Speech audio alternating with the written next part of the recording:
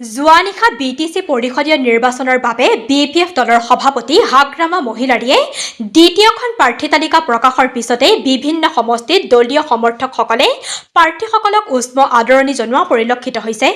19 নং থুৰিবাৰী পৰিষদীয় সমষ্টিত প্ৰাৰ্থী হিচাপে প্ৰাক্তন পাৰিষদ খলিলুৰ ৰহমানক প্ৰক্ষেপ কৰাৰ পিছতেই উখল মাখল দেখিবলৈ পোৱা যায়। সমষ্টিটোত প্ৰাৰ্থীজনক বিভিন্নজনে আদৰণি জনায়।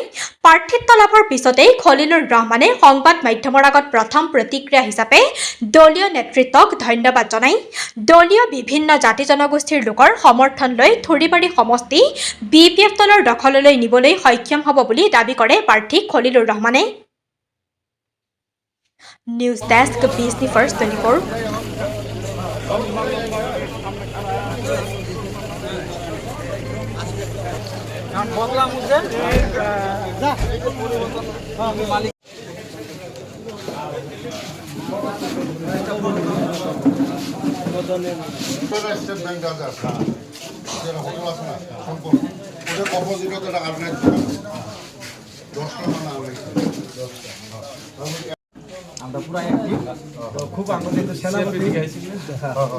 যেটো মই কৈছো হেতুৱে এই কথাটো বাৰে বাৰে কৈ আছো মই যে ইয়াৰ কাৰণে প্ৰথম যেটো কৃতিত্ব যেটো ক্ৰেডিট এটো আমাৰ দলৰ সভাপতি মাননীয় হাগ্ৰামা মহিলাৰীক মই দিছো।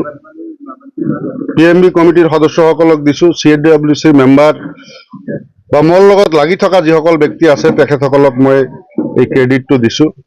আজি যদি ৰাইজ যদি নাথাকিলহেঁতেন বিভিন্ন পৰ্যায়ৰ কমিটি বিপিএফ দলৰ জিলা ব্লক প্ৰাইমাৰী ইউথ এই কমিটিবিলাক যদি নাথাকিল হয় হয়তো মই টিকেটটো নাপালো হয়। আৰু এওঁলোকে সকলোৱে বিচাৰিছে যে মোক টিকেটটো প্ৰদান কৰা হওক। এটা আৰু মানুহৰ এটা বিশ্বাস যে যোৱা 3টা টাৰ্মলৈকে বিপিএফ দলে সিটটো দখল কৰিব পৰা নাই আৰু যোৱা টাৰ্মত এইটো এজিপিক এৰি দিয়া হৈছিল, এলায়েন্স আছিল, তথাপি কিন্তু নোৱাৰিলে। গতিকে সিটটো দৰকাৰ, উদ্ধাৰ কৰাটো আমাৰ নিতান্ত প্ৰয়োজন।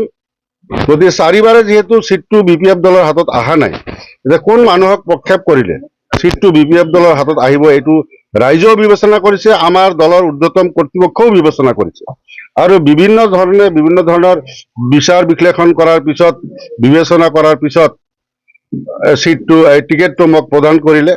আশা কৰিছো সকলোৰে সহায় সহযোগিতা লৈ আমি আগবাঢ়ি যাম। ইয়াত কাম কাজো কৰা হ'ব।